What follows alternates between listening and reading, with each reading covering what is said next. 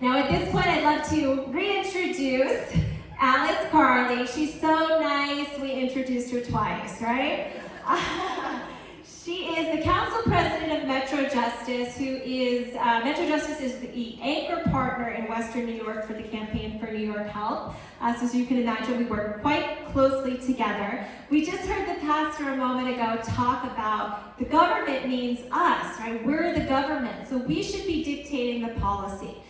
He gave a beautiful overview and a horrifyingly sad overview of the state of affairs. So Alice is going to give a presentation on the New York Health Act, which would, once passed, guarantee comprehensive health care for every resident in New York at a much lower cost. So I'm going to turn it over to Alice now. Thank you, Alice. All right. Alice is at this moment signing in order to make this thing work. Slideshow. Okay. Yes. My name is Alice Carli. I am a volunteer with the Campaign for New York Health, which is the statewide campaign solely focused on passing and implementing the New York Health Act.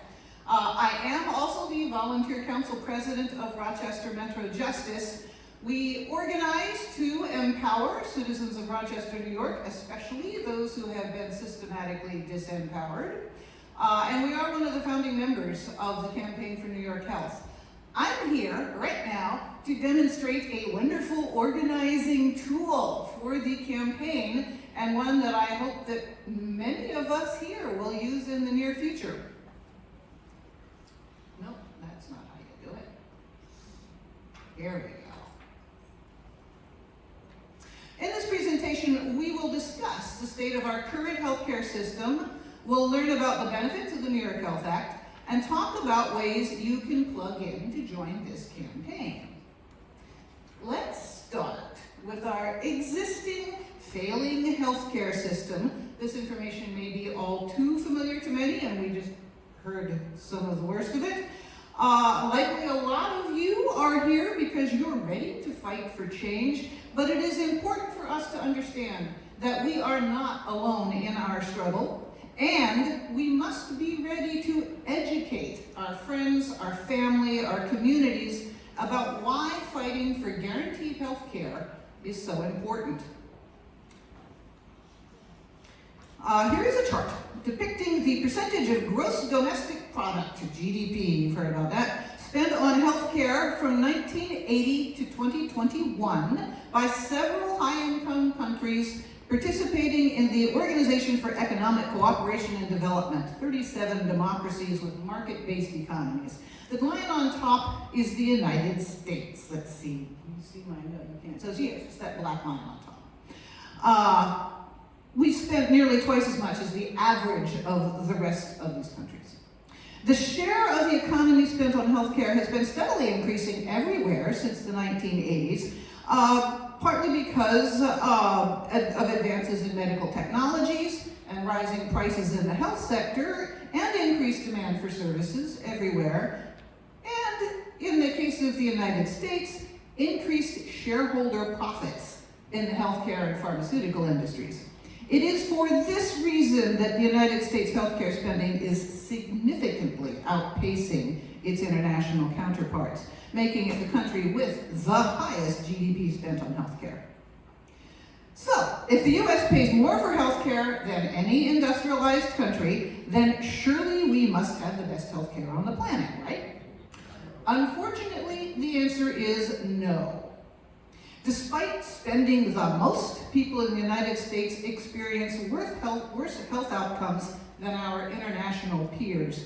For example, life expectancy at birth in the US was 77 years in 2020, 3 years lower than the average.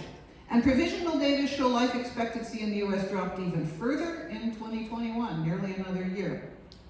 So while we are number one in paying the most money for healthcare, the US has the lowest life expectancy at birth, as well as the highest rates for avoidable or treatable conditions, the highest rates of individuals with multiple chronic conditions, and the highest maternal and infant mortality rates. We should also note that the US having the highest suicide rate also contributes to this trend, a data point related to access to mental health care. So what gives? All these countries, except for the United States, look at that kind of level blue line across the top, have universal health care. In fact, we are the only high-income country in the world that doesn't provide our population with universal health care. Universal health care is celebrated as the ideal by public health practitioners and development organizations worldwide. We heard a little bit about that, the social determinants of success, economic success. These countries understand that health is a precondition for, and an outcome of, and an indicator of the social, economic, and environmental dimensions of sustainable development. Adding to the absurdity of the United States' lack of guaranteed health coverage. So you might be wondering where this leaves people in the United States, and more specifically, what does this mean for New Yorkers? 740,000 New Yorkers have medical debt. 45% of adults in New York have encountered one or more cost-related barriers to getting health care. Hey, I'm one. 76% of New Yorkers report being worried or very worried about affording health care in the future. Healthcare is and will continue to be too expensive for the majority of New Yorkers. Too much of what we pay gets funneled toward insurance companies instead of going to our healthcare system. And every year, insurance companies demand more and more of our money as they cover less. There is another way.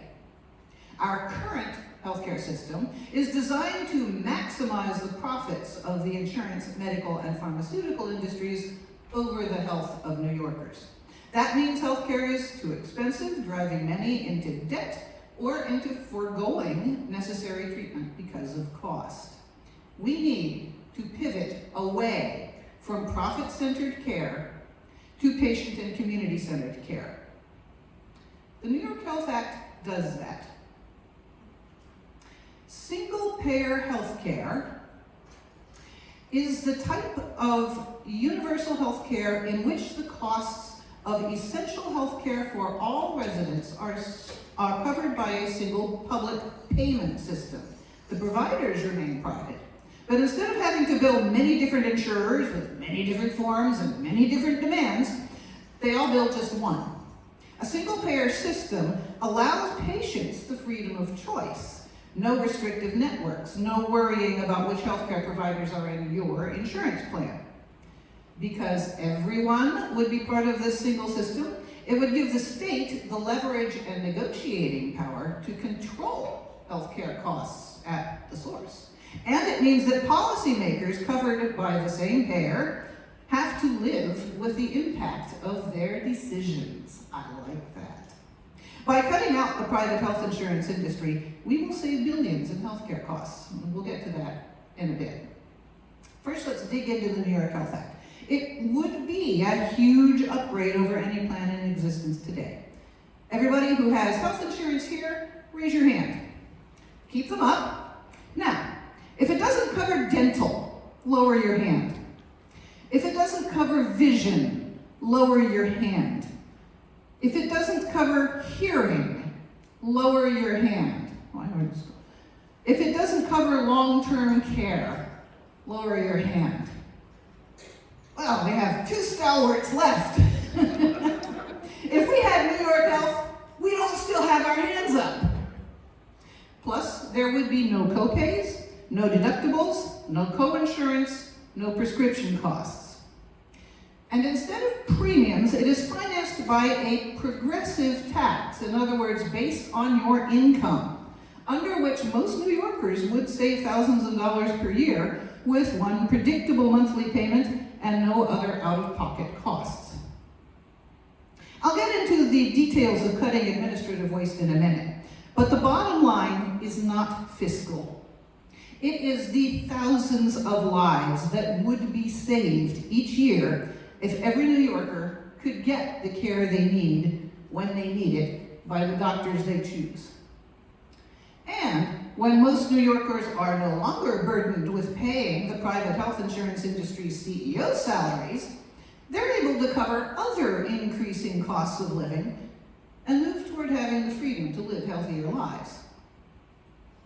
So let's see, how does New York Health match up against our current system? 100% guaranteed health care for every New Yorker, yes? No.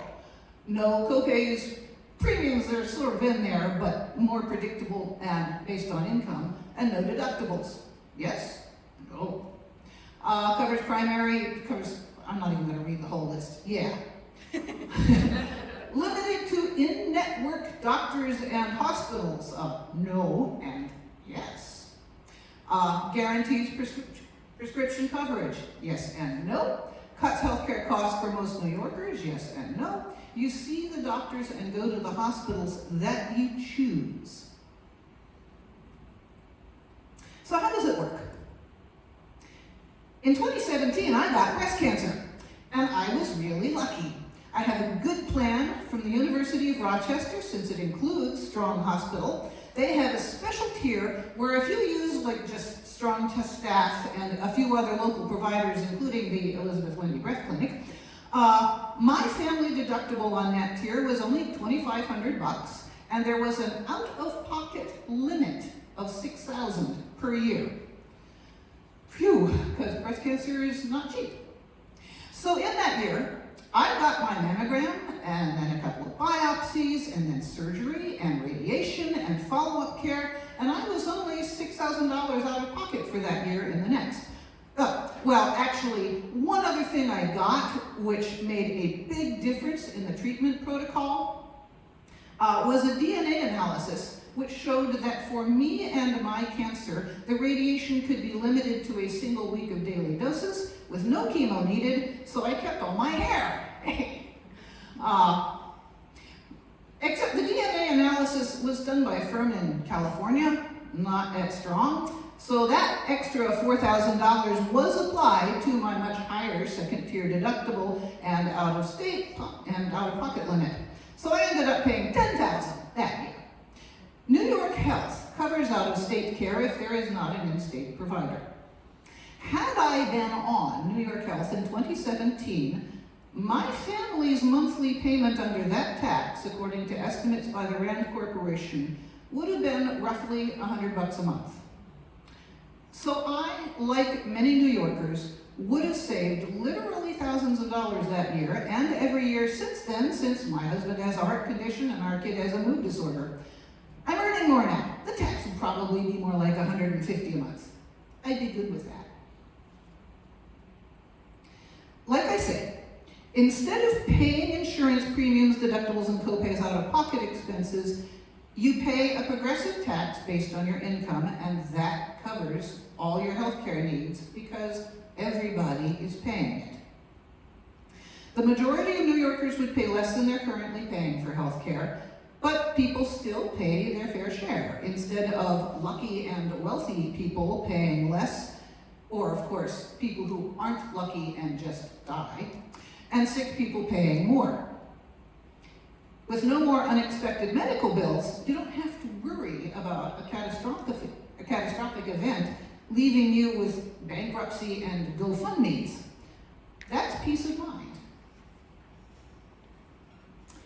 Here is the breakdown of how it can cost less to cover so much more for so many more people. On the plus side there on the right in the blue, you can see it'll cost an extra $17 billion to cover everyone for that comprehensive care, medical, dental, and so forth, with no deductibles or copays. And another nearly $9 billion for better compensation for doctors and hospitals who have been dealing with Medicaid, and we've heard about Medicaid cuts. They'll be happy. And then another, how many billion? $18 billion to cover long-term care with proper staffing levels. So yes, that's nearly $44 billion in extra costs. That's a lot of money. But there is such astronomical waste, inefficiency in the health insurance industry, having nothing to do with healthcare or even fraud, which also happens. Remember, they don't exist to provide health care. They exist to make money, fiduciary responsibility. That requires a whole lot of extra administrative costs for both the insurance companies, $20 billion there, and doctors and hospitals. $16 billion in money savings and a huge savings in time, since doctors, not just the administrative people, but doctors themselves right now spend up to 40%, 40, of their time on insurance paperwork and in making calls about pre-authorizations and denied care. Cutting out the swamp of insurance industry administrative costs totally pays for universal coverage and long-term care. Meanwhile, with the negotiating power of 20 million New Yorkers, we would also save $18 billion on drug and device prices, enough to more than cover paying doctors and hospitals, enough to cover their actual costs. Even with the additional costs of covering everyone, eliminating cost sharing, increasing provider fees, and the addition of long-term care, which is a huge upgrade over our current system, we'll still see millions in savings, over 11 billion. So, who benefits? Financially, the majority of New Yorkers, certainly everyone earning under roughly $200,000 per year. How many people here earn over $200,000 per year? Okay. I'm not real surprised. It could have gone differently in a different room, but yeah. In particular today, however, I want to emphasize that the New York Health Act would address racial inequity in several ways. By eliminating patients at the point of service at the doctor or hospital visit, it will increase preventive visits and reduce the barrier to seeking early intervention in illness. Think about that. Thus improving health outcomes for people of color who must often delay care due to cost. It will remove the profit-based incentive to locate healthcare services in wealthier, whiter neighborhoods. It will also eliminate future medical debt, which disproportionately affects people of color. This will allow everyone, not just the healthcare privileged, to build wealth and eliminate the fear of going into debt for obtaining healthcare services. Under the New York Health Act, seniors would have health care, prescriptions with no more donut hole, vision, dental, hearing, and long-term care, which is not part of any standard health plan in existence today. They would also no longer be prey to increasingly for-profit Medicare Advantage plans. Some of those have been good, but that is changing quickly now. Other groups who will benefit will be the LGBT community, unions, doctors, as we have said before, safety net and rural hospitals due to the better compensation. Small businesses would need now to cover their employees because businesses pay part of the cost under New York Health. But it would cost them less than if they do so now, and it will be easier to attract good employees and easier to start a small business since you're not tied to a day job to cover your health care. And finally, studies do indeed show that communities with equitable access to health care are healthier and more productive. So, where are we in our journey to make New York Health the law of the land? The latest version of the bill was reintroduced, it was first introduced in 1992, by State Assembly Member Amy Paulin and State Senator Gustavo Rivera, the leaders of the legislative health committees in Assembly and Senate, in July of 2023, last July. We have majority support in both the New York State Senate. Out of 63 senators, 33 co-sponsor the bill. And in the Assembly with 77 co-sponsors out of 150 Assembly members. There is robust union support for the bill. We organized this conference today as we continue to build support among local organizations and key influencers in order to grow our list of sponsors and pressure legislators to bring the New York Health Act to a vote and pass it. So, with all those co-sponsors, why hasn't that happened? What are the barriers? What stands in our way? Lobbyists. The insurance and pharmaceutical industries spend millions each year spreading misinformation, and we're going to see that, I think, increasing. Lobbying and donating to the campaigns of our elected officials. Lack of awareness. Most New Yorkers have not heard of the New York Health Act despite of the benefits it would bring. Show of hands, how many people here had not heard of it before this conference? That tells us all we need to know about that. And then political priorities. There is no doubt that the New York State Legislature has a lot on its plate. But these obstacles will be overcome once we, along with our friends, families, communities, organizations, make each legislator understand how critical passage of this bill is to each and every New Yorker and to their reelection. In fact, nationally, 70% of us support a single-payer healthcare system, including 85% of Democrats and 52% of Republicans. So, here is where the rubber meets the road. If you are part of an organization, you can join the hundreds of other organizations in New York State that have endorsed the campaign. If your organization would like to go above and beyond an endorsement, you can become an active part of our coalition today. We'll be sharing a link to do so. In addition to endorsements and coalition participation, we are organizing volunteers by organization and individually to join lobby days, where you educate your state senators and assembly members and ask them for support of New York Health, to promote the New York Health Act in news outlets, social media, and legislative briefs, and to help us raise funds. That is crucial to organizing, even if we are mostly pitting people power against the money of the insurance industry. We need organizers. All right, I have questions up here, but we have a big day ahead. We might have time for a couple of questions. I'll be keeping an eye on the back to see if we have some minutes more. But right now, I want to draw your attention to the link for the still growing FAQ at the campaign site, which is www.nyhcampaign.org, and then there is an FAQs link at the top.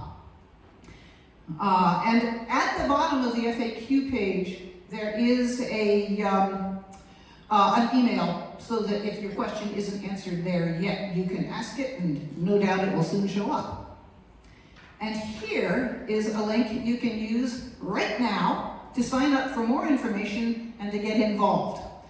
I am really excited about this opportunity to build a Buffalo hub. Between Buffalo and Rochester, we can make a significant difference in outreach about the New York Health Act in Western New York.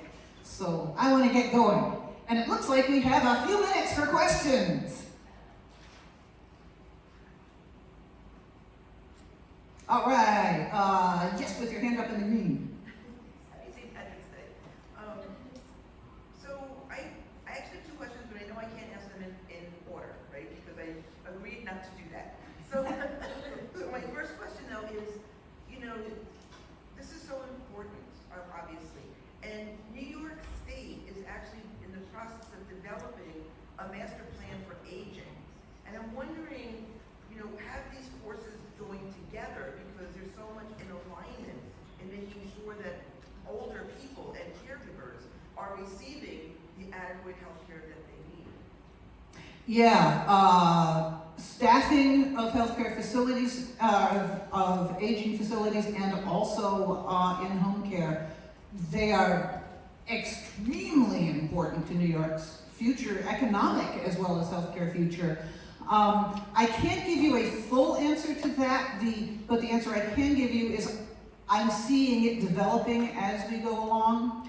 The New York Health Campaign has a lot of coalition partners, and for instance, Metro Justice, which is one of those coalition partners, has sort of under its umbrella a really amazing Rochester organization called the Elder Justice Committee, which has some fantastic people who have been keeping tabs from the citizen volunteer end. I think we still have work to do in making those connections and those networks at the legislative level where it also has to happen. But yeah, that's absolutely important. Anybody else? In the red there, yes. What part of the state is the weakest point that we have to get this through?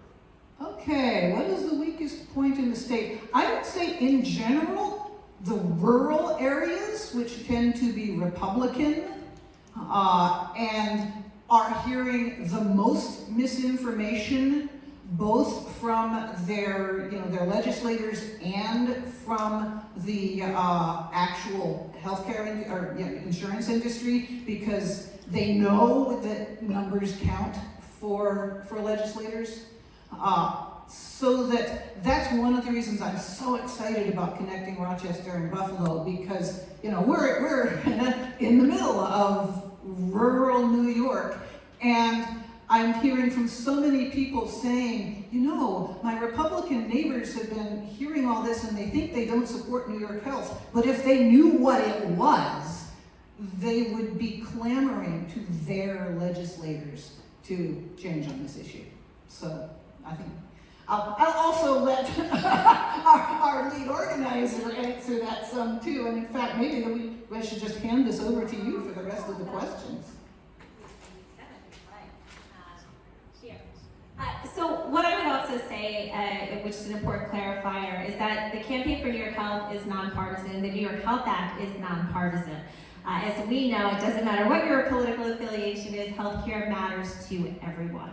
Alice is right, there are definitely many pockets in rural New York, but Long Island is also an area where we need to certainly build more support. And I think Alice hit the nail on the head when she said that it's the misinformation that kills us, right?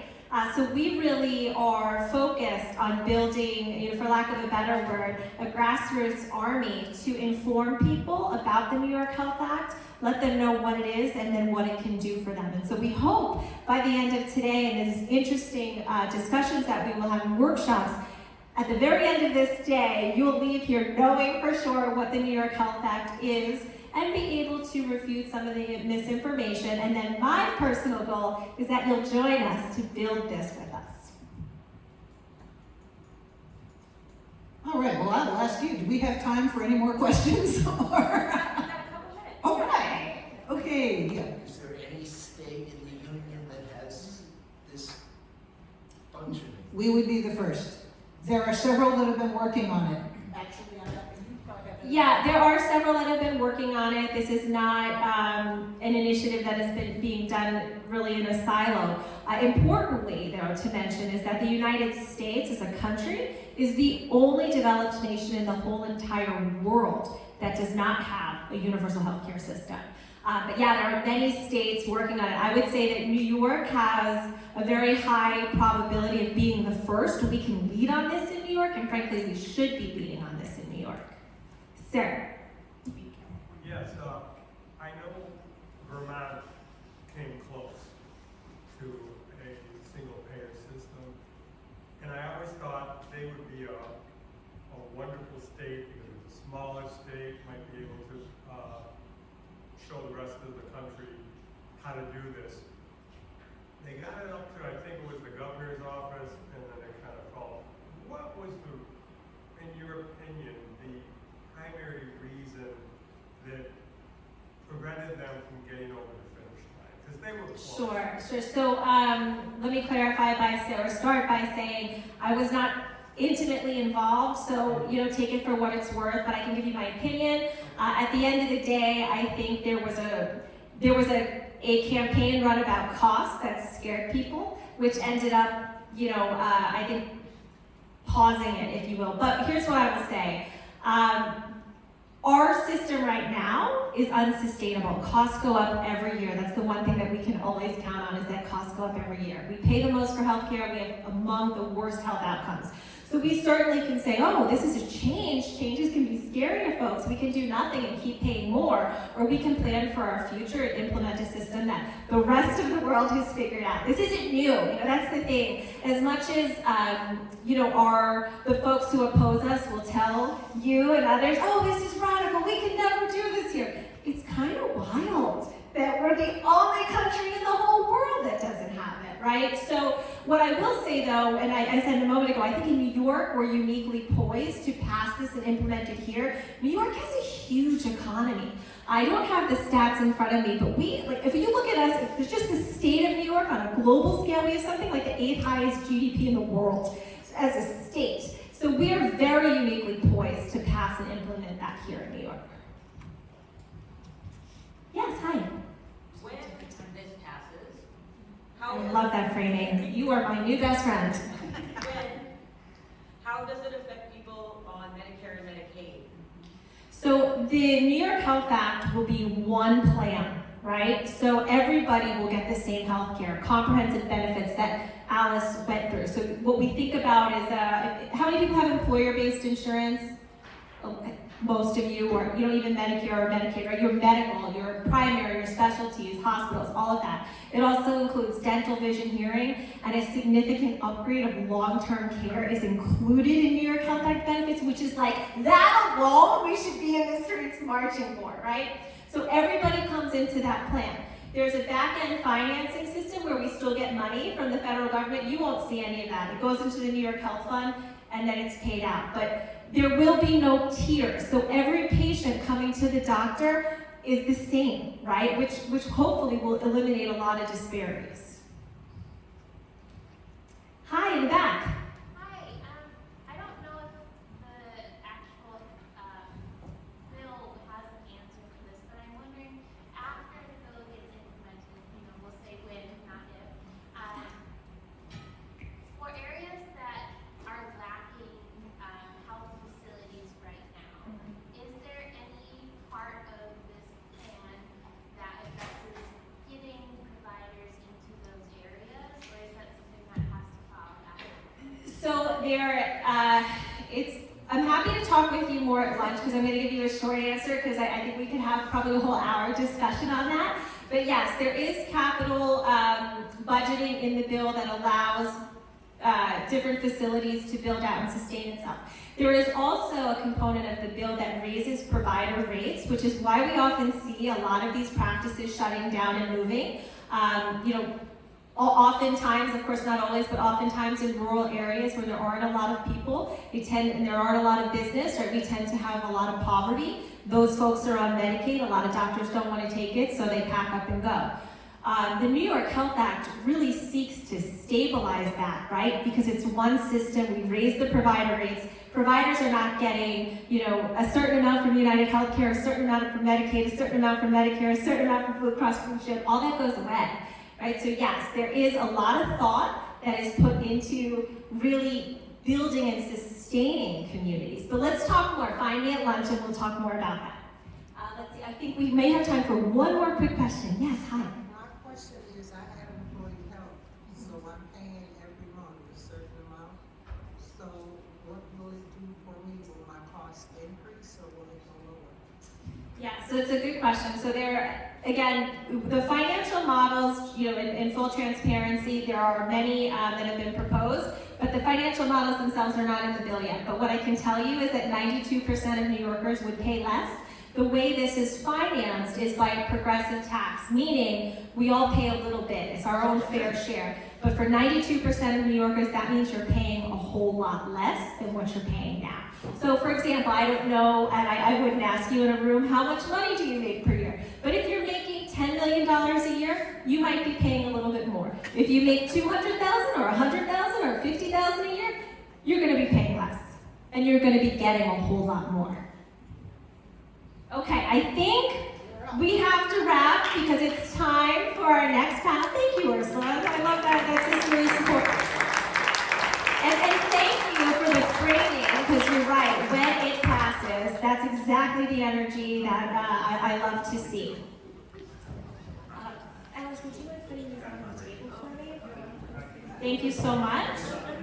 And happy to answer more questions about the New York Health Act throughout the day. We'll also be doing some follow-ups, so you can reach out to me. I'll make sure you have all of my information.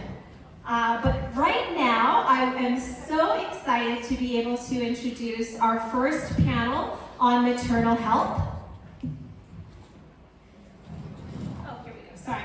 I'd love to welcome to the stage Ebony White from Buffalo Health Equity, who will be moderating this panel, as well as Shannon, who from Calming Nature Doulas, and Darnell Hillard from Melanated Moms. Please come on up to the stage. Yes, these folks are on the front lines. This is going to be a great conversation.